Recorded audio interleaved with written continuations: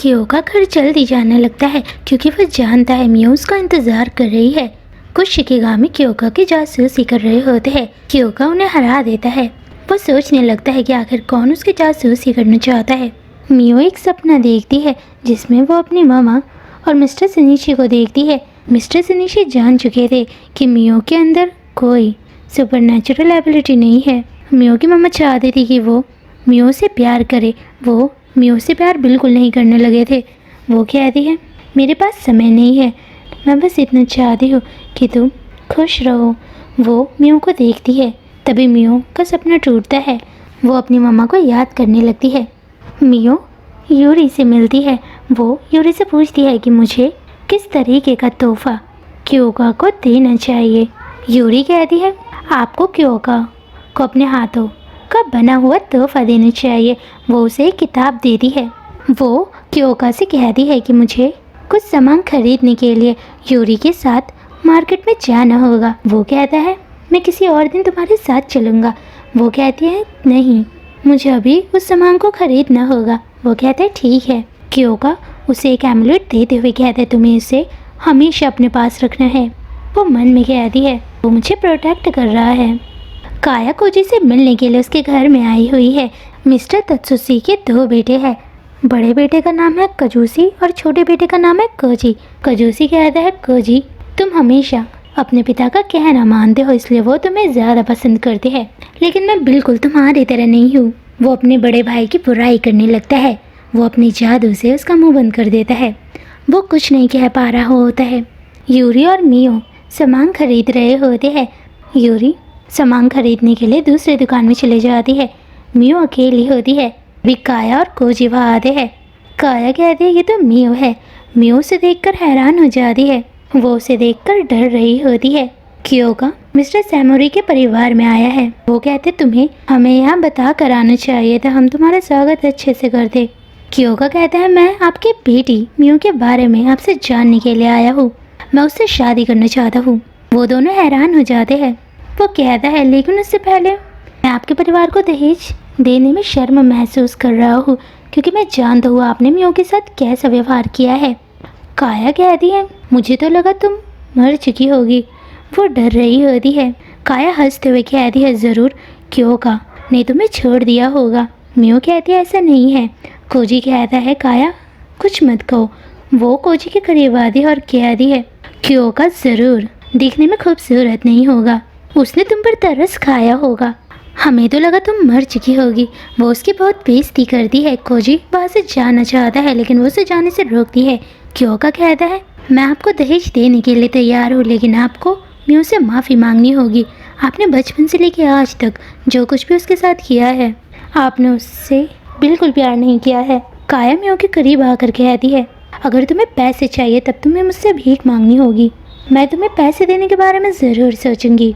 वो उससे माफ़ी मांगने लगती है। तभी यूरी वहाँ आती है और वो मियो से माफ़ी मांगती है क्योंकि उसने आने में देर कर दी है। वो पूछती है कि आप उन्हें जानते हो।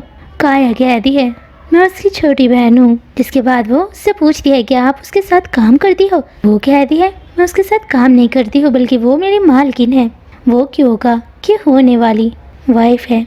वो दोनों हैरान हो जाते हैं। वो कहती है मेरा नाम यूरी है।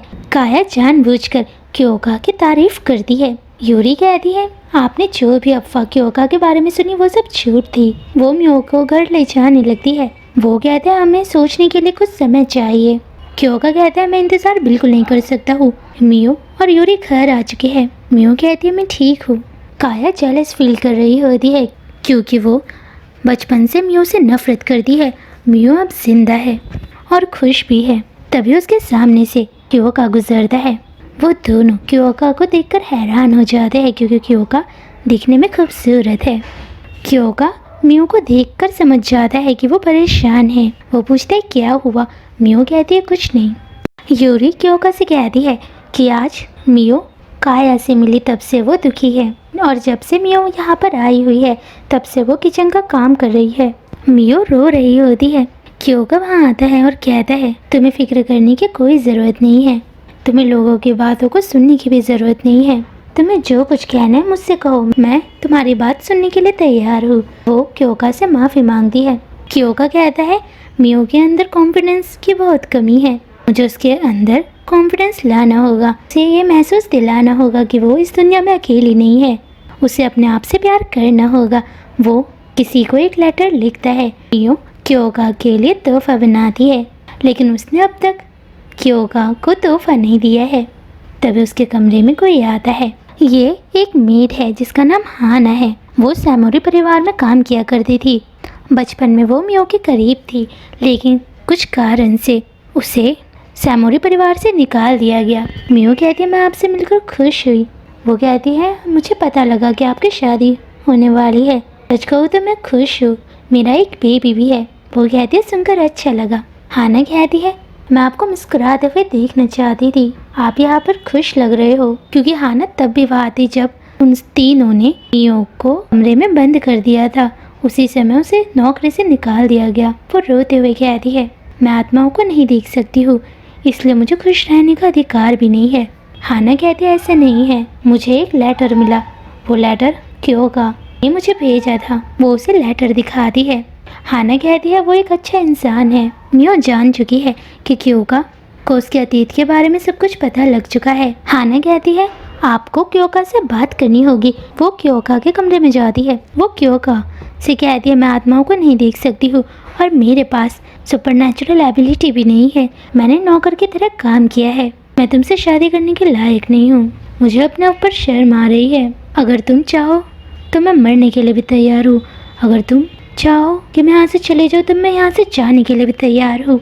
मुझे बहुत अच्छा लगा जब तुमने मुझे काम दिया, तुम मेरे साथ टाउन में गए, मेरे पास तुम्हें देने के लिए ये है, अगर तुम इसे जला भी दोगे तब मुझे बुरा नहीं लगेगा। वो उससे कहता है तुम्हें यहाँ रहना होगा और मैं तुमसे जल्द ही शादी करने वाला हूँ। वो उसे गले लगाता है। वो कहती है क्या मैं यहाँ रह सकती हूँ? क्योका कहता है ज़रूर, क्योंकि मैं चाहता हूँ कि तुम यहाँ पर रहो। वो कहता है तुम इसे मेरे बालों पर लगाओ। वो उसके बाल बांधती है। हाना अपने घर जा चुकी है। मिस्टर तत्सुशी चाहते हैं कि मियो की शादी उनके बेटे कजूसी के साथ हो। वो काया का इस्तेमाल करते हैं ताकि वो मियो की शादी कजूसी से करा सके। यूरी और एक लेडी मियो की मदद कर रही होती है। मियो को किमोनो ड्रेस देखकर अपनी मम्मा का पसंदीदा चेरी ब्लॉसम के पेड़ की याद आने लगती है। क्योका कमरे के बाहर खड़ा होता है। वो कहती है मैं तुम्हारा महंगा तोहफा स्वीकार नहीं कर सकती हूँ। वो कहता है तुमने मुझे अपने हाथों का बना हुआ तोहफा दिया है, इसलिए तुम इस किमोनो ड्रेस को अपने पास रखो। वो दोनों हंसने लगते हैं। मियो उन्हें देखती है। वो कहते हैं क्योका ने ये किमोनो ड्रेस आपके लिए ही खरीदा है। मिस्टर तत्सुशी काया को क्योका और मियो की फ़ोटो दिखाते हैं। वो हैरान हो जाती है क्योंकि उसने क्योका को अपने घर से बाहर आते हुए देखा था। वो बहुत खूबसूरत है। वो इसलिए भी जेलस फील कर रही होती है क्योंकि मियो क्योका के साथ बहुत खुश लग रही है। वो कहते हैं मैं चाहता हूँ मियो की शादी मेरे बड़े बेटे के साथ हो जाए। वो कहते हैं मेरे पिता इसमें आपकी मदद ज़रूर करेंगे। मियो उनके लिए खाना बना रही होती है। योशितो और क्योका घर पहुँचते हैं। तोशितो कहता है आज रात मुझे मियो के हाथ का स्वादिष्ट खाना खाने को मिलेगा। मैं बहुत खुश हूँ क्योंकि मैं मियो से मिलने वाला हूँ। लेकिन वो मियो के बारे में ही कही जा रहा होता है। वो उसे चिढ़ाते हुए कहता है कि तुम जेलस फील कर रहे हो। क्योका कहता है मैं नहीं कर रहा हूँ। वो कहता है तुम कर रहे हो। जिसके बाद क्योका उसे पीटता है। वो कहता है मैं तो मजाक कर रहा था। तभी मियो उनके सामने आती है। क्योका मियो को देखता ही रह जाता है क्योंकि वो आज बहुत खूबसूरत लग रही है। काया मियो की जासूसी करती है। वो बहुत जेलस फील कर रही है क्योंकि मियो इस समय बहुत खुश है। वो रात का डिनर साथ में करते हैं। योशितो मियो के खाने की तारीफ करते हुए कहता है क्योका बहुत खुशकिस्मत है क्योंकि उसे तुम्हारे हाथों का स्वादिष्ट खाना खाने को मिल रहा है। मियो योशितो को थैंक यू कहती है क्योंकि उसने हाना को सही सलामत उसके घर पहुंचा दिया था। वो कहता है मैं बहुत खुश हूँ क्योंकि आज से पहले किसी ने भी मेरी तारीफ नहीं की है। वो मियो से मजाक करते हुए कहता है कि मैं तुमसे शादी करना चाहता हूँ। क्योका कहता है तुम्हें अपने काम से काम रखना चाहिए, तुम बेकार की बातें मत करो। वो चले जाता है। मियो क्योको को थैंक यू कहती है क्योंकि आज वो बहुत खुश है। काया मिस्टर सनीची से मदद मांगती है। वो कहते हैं तुम्हें मियो को भूलना होगा। काया को लग रहा होता है कि मियो इस दुनिया में कभी खुश नहीं रह सकती और वैसे भी उसकी शादी क्योको के साथ नहीं होनी चाहिए। काया कोजी के कमरे में आती है और कहती है मैं जानती हूँ तुम मियो से शादी करना चाहते हो। मियो एक अजीब सपना देखती है। क्योंका मियो के कमरे से गुजर रहा होता है। उसे कुछ अजीब आवाज़ सुनाई देती है। वो मियो के कमरे में जाता है और उसे ज़मीन पर लेटा हुआ पाता है। वो माफ़ी मांग रही होती है। वो उसे उठाता है और पूछता है क्या हुआ। मियो कहती है कुछ नहीं। वो कहता है भविष्य में कोई भी तुम्हें परेशान करे तब तुम मुझे बताना, तुम इस दुनिया में अकेले नहीं हो। मियो कहती है ज़रूर। कोजी दो आदमियों को देखता है। उसे याद आता है कि काया ने उससे कहा था कि वो चाहे तो मियो से शादी कर सकता है। वो समझ जाता है कि काया और उसके पिता मियो के खिलाफ साजिश कर रहे हैं। मियो क्योका के लिए खाना बना रही होती है। वो यूरी के साथ क्योका को खाना देने के लिए चले जाती है। खोजी काया और अपने पिता से मिलता है। काया कहती है मैं जानती हूँ तुम मियो से शादी करना चाहते हो और अब मैं क्योका से शादी करना चाहती हूँ। वो कहते मैं जानता हूँ कि मैं क्या कर रहा हूँ। वो दोनों क्योका जहाँ काम करता है वहाँ पहुँचते हैं। वो उसे खाना देते हैं। क्योका पूछता है क्या तुम्हारे पास एमुलेट है। वो कहती है हाँ। कोई क्योका को बुलाता है। वो कहता है तुम अपना ध्यान रखना। तभी उसे याद आता है कि एमुलेट तो वो लाई नहीं।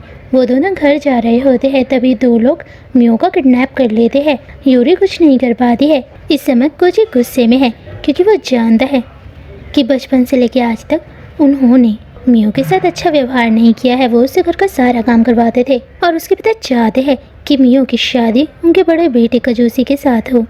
वो अपनी शक्ति का इस्तेमाल करते हैं। वो कोजी को डराते हैं और उसे कैद कर लेते हैं। वो मियो से मिलने के लिए जा रहे हैं। कजोसी कोजी को आज़ाद कराता है। वो कहता है तुम्हें मियो की मदद करनी चाहिए लेकिन इसके लिए तुम्हें अपने पिता से लड़ाई करनी होगी। कोजो मियो को बचाने के लिए जाता है। यूरी क्योका से कहती है कि मियो का किडनैप हो चुका है और उसके पास एमुलेट भी नहीं है। तभी कोजी क्योका से